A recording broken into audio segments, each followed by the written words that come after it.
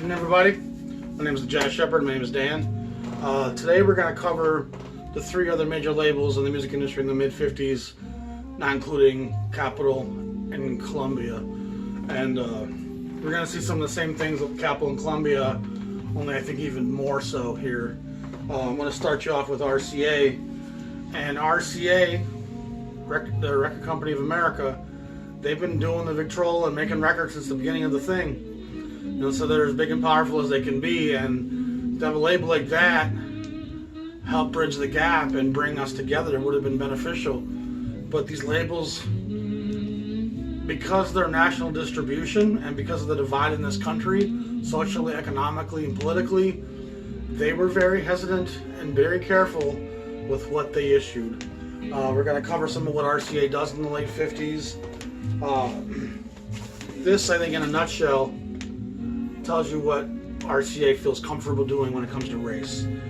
Harry Belafonte, he's got a lot of records on RCA, and white America wasn't going to be too afraid of him. He was Caribbean, well-dressed, well-spoken, clean-cut.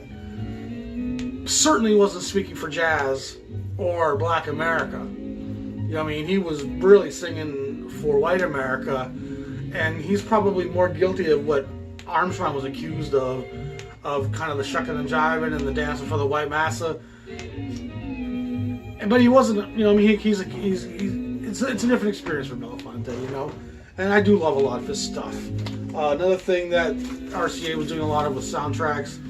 Peter Gunn, you know, I mean, Henry Mancini is RCA records throughout the 60s and the late 50s. He's got so many records on RCA, and I love most of it. A lot of it's fantastic soundtracks, a lot of it's fantastic television shows. He's orchestral, he's very dynamic. He arranges and makes these bright sounds and these dissonant sounds, and he borrows from Ellington.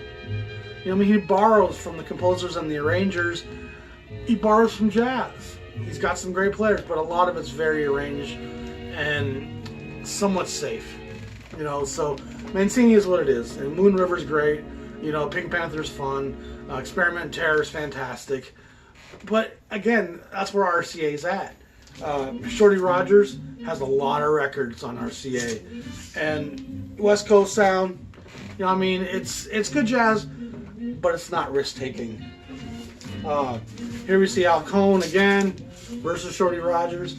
Al Cohn shows up a lot on these major labels. He's a white guy that can play, that doesn't require much risk on their part. Lou Levy Quartet, which is the brother of Stan Levy. Nice little record, you know, pretty safe. Al Cohn again with the brothers, with Perkins and Kamuka. Bill Perkins is a great player. Richie Kamuka is also great, all West Coast there. This is the Manny Alabama drum suite. Some great players on that. One of the more risky things RCA does here in '57 is this George Russell record. He has 3 records on DEcca, which I'll show you in a minute. That was fairly out for that era. You know what I mean? It doesn't get to where the 60s stuff got. This Milt Hinton, Wendell Marshall, Bill Ruther record. A couple of 3 bass players making a record together. Kind of, you know, a bit of a shtick thing. Phineas Newborn, he's got a couple of records. I think a couple more of these on RCA. So you can see what they're doing with that. And then we're going to look at DEcca next. You know, another soundtrack. See the theme we have here? Although this is a great soundtrack. It's one of the best films I've ever seen. Sweet Smell of Success. Forget about it. You know, Tony Curtis and Burt Lancaster. It's a fantastic dive into the darker side of America, New York, press agents, the glitterati, and how the news and media can ruin somebody. You know, you look at today's political shtick, and Burt Lancaster, I think, would be proud of a lot of what's happening. Sammy Davis Jr. That tells you kind of where DEcca's at. Another thing they love to do, this is a really cool little double session. Benny Green and Paul Kinechet. It's 2 10-inch from early 50s that they put it out together. DEcca gets into the LPs, I think, in 53, maybe even 54. Here's the George Russell stuff on DEcca. These are great records with great players. Absolutely worth seeking out all 3 of those, plus the one that we already saw on RCA. DEcca, earlier stuff, compilation kind of thing. Count Basie, Billie Holiday, Eddie Condon, Peggy Lee. So you can see it's safe. It's safe. And one of the things they love to do is they love to take what was risky 15, 20 years ago and issue that now because it's safe, because it's become mainstream or it's become accepted. So you see DEcca, Columbia, Capitol, RCA, all taking black music from the 30s and 40s and reissuing it consistently because it was less risky to do that. The last label I want to cover right now is Liberty. And Liberty's a fun label. Oh, sorry, a couple RCAs I missed here I want to show you. This is the Coleman Hawkins, Artie Shaw, Fats Waller, Duke Ellington. I have an Ellington record playing right now. Now these are all examples of guys from decades past that RCA feels comfortable issuing it, even though it's black. It's like a label putting out a Snoop Dogg record from the 90s now, because it's not really that risky anymore. It's become safe. So Liberty's the last one we're going to cover in this season 1, and Liberty is Martin Denny. This Abbey Lincoln record's actually a bit of an anomaly, but it's not like what you think of Abbey Lincoln when you think of her Riverside stuff or the stuff she does with Max Roach. This is a much safer Abbey Lincoln, very young. But Julie London, to me, is Liberty Records. She has so many albums in the late 50s. Love this one. This is one of the jazzier ones. Some are pop, some are, you know, almost folky, some are jazzy, some are swinging. She has a pretty wide range of stuff. None of it's awful, but none of it's also hard bop. Like this, what Liberty's doing is probably some of the safest stuff in the country. There's not a lot of risk taken at all on Liberty. So when you look at RCA, and you look at DEcca, when you look at Liberty, those three labels, even though they're broad and have some power, they're unwilling to wield it. They don't want to stir the waters and create ripples. They want to make money. And that's, after all, is what the American dream apparently is about.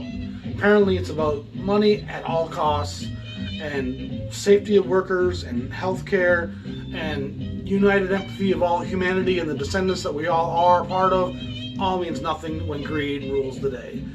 And you can see clearly how these major labels were unwilling to take chances, unwilling to risk reputation, because all they cared about in the big picture was, let's not have anyone picketing us or protesting because we made N-word music.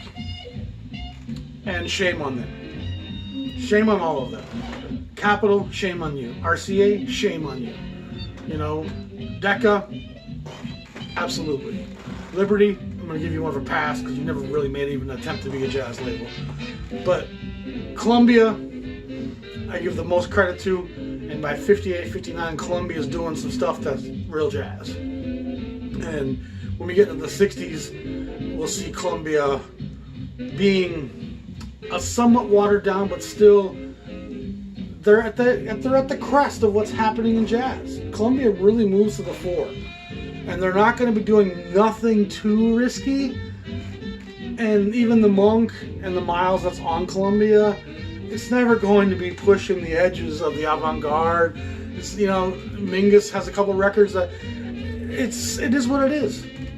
So Columbia, congrats to you. You're the best of the major labels by far. The other ones, shame on you. Let history show how persuaded you were by your money. That's it. There's no other way to read that. You didn't want to take that chance. You didn't want to help heal the nation if it affected your bottom line. And I bet you turned down a lot of great tapes and auditions from a lot of great Negro players in those days because you were unwilling to take that chance on a young Aretha Franklin, on a young Marvin Gaye, on a young Sam Cooke, on a young Arthur Blakey. Shame on you. Because ultimately, if you're making music that's entertainment, being a good player and having something to say, that should be the only message you're looking for in a musician. And how can the oppressed not be the ones who have something to say? Your religion cherishes and holds sacred the writings of a people that 2,000 years ago were oppressed.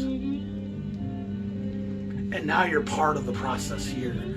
You're washing your hands of this crucifixion. But I see you. I'm the Jazz Shepherd. Peace. Tune in next week for my episode on the small micro labels that do some cool things here and there, but aren't broad enough to have a whole episode. There's some cool stuff in there, though, absolutely.